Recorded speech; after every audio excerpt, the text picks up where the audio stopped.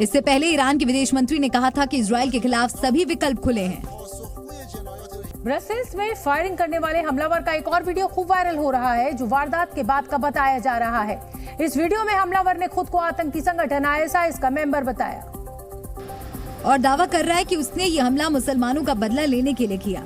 Brussels में ये वारदात एक स्टेडियम के बाहर हुई जब वहां बेल्जियम और स्वीडन के बीच यूरो 2024 का क्वालिफाइंग मैच खेला जा रहा था। मैच की वजह से स्वीडन के कई नागरिक ब्रसेल्स पहुंचे थे। गोलीबारी की खबर मिलते ही पूरे इलाके की घेराबंदी कर दी गई। उस दौरान स्टेडियम में करीब 35,000 लोग मौजूद थे जिन्हें बाद में स्टेडियम से बाहर निकाला गया। लोगों पर गोलियां चलाने के बाद हमलावर ने एक वीडियो भी जारी किया जिसमें उसने स्वीडन के नागरिकों को मारकर मुसलमानों का बदला लेने की बात कही। हमलावर गोलियां चलाकर वहां से फरार हो गया और अब तक उसे पकड़ा नहीं जा सका है।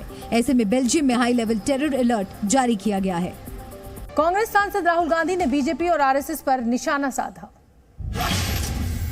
मिजोरम में प्रेस कॉन्फ्रेंस करते हुए राहुल गांधी ने बीजेपी और RSS को मिजोरम के लिए खतरा बताया। राहुल गांधी ने दावा किया कि कांग्रेस का नजरिया बीजेपी और RSS से अलग है।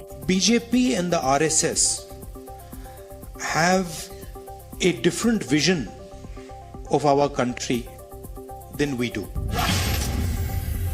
चुनाव से पहले राजस्थान के सीएम अशोक गहलोत ने एक बार फिर सचिन पायलट की बगावत का जिक्र किया। मीडिया से बात करते हुए अशोक गहलोत ने दावा किया कि पार्टी छोड़ने के लिए कांग्रेस विधायकों को 10 करोड़ रुपए मिल रहे थे लेकिन हमने सरकार नहीं गिरने दी। दिल्ली के कैंट इलाके में रफ्तार का कहर देखने को मिला। एक प्राइवेट स्कूल की बस की केंद्रीय विद्यालय की वैन से टक्कर हो गई। इस हादसे में कई बच्चे घायल हो गए हैं। कांग्रेस ने मध्य प्रदेश विधानसभा चुनाव के लिए अपना वचन पत्र जारी कर दिया है। कांग्रेस ने अपने वचन पत्र में किसानों, महिलाओं और बेरोजगारों पर खास ध्यान दिया।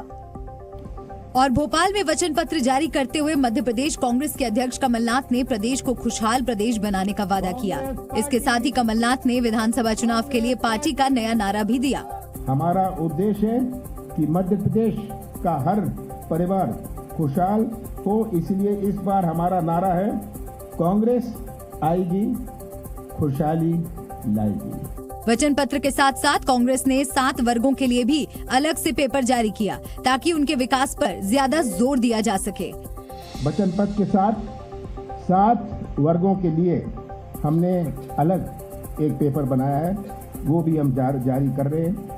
किसानों के लिए एक अलग पेपर बनाया है, महिलाओं के लिए, युवाओं के लिए। कांग्रेस के इस वचन पत्र में किसानों पर विशेष फोकस रखा गया। और अपने वचन पत्र में कांग्रेस ने राज्य के किसानों के विकास के लिए कई बड़ी घोषणाएं की, जिनमें किसानों की फसल खरीदी से लेकर ऋण माफी तक शामिल है। और अपने वचन पत्र में कांग्रेस ने राज्य में सरकार बनने पर किसानों से गेहूं 2600 रुपए जबकि धान 2500 रुपए प्रति क्विंटल की दर से खरीदने का वादा किया। इसके साथ ही किसान के लिए किसान फ्रेंडली ऐप उपलब्ध कराने की भी बात कही। मध्य प्रदेश किसानों का प्रदेश है। हम चाहते हैं कि किसानों को फसलों के उतने दाम मिलें जितने में उनका घर भी चले और 2 पैसे भी बचे। इसके साथ ही कांग्रेस ने 100 यूनिट तक मुफ्त बिजली, नारी सम्मान निधि के रूप में महिलाओं को प्रति माह 1500 रुपए और 500 रुपए में गैस सिलेंडर देने का वादा किया। लेकिन बीजेपी ने कांग्रेस के वचन पत्र को झूठ का पुलिंदा बताया। इससे पहले भी किसानों के बारे में, बेरोजगार युवाओं के बारे में कांग्रेस वायदा कर चुकी है और उस वायदे को उन्होंने पूरा नहीं किया। अपने वचन पत्र में कांग्रेस ने हर वर्ग, खास तौर से किसान, युवा और महिलाओं पर विशेष ध्यान दिया। मध्य प्रदेश विधानसभा चुनाव के लिए कांग्रेस ने अपने वचन पत्र में किसानों, युवाओं और महिलाओं के लिए कई वादे किए हैं। किसानों से गेहूं 2600 रुपए और धान 2500 रुपए प्रति क्विंटल की दर से खरीदने का वादा किया गया है। किसानों को 5 हॉर्स पावर बिजली मुफ्त और 10 हॉर्स पावर तक बिजली 50% के साथ मिलेगी। नंदिनी गोधन योजना के तहत 2 रुपए प्रति किलो की दर से गोबर खरीदा जाएगा।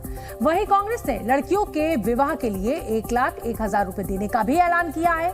महिलाओं को स्टार्टअप के लिए 25 लाख रुपए तक का लोन 3% ब्याज दर पर देने की बात भी कही गई है।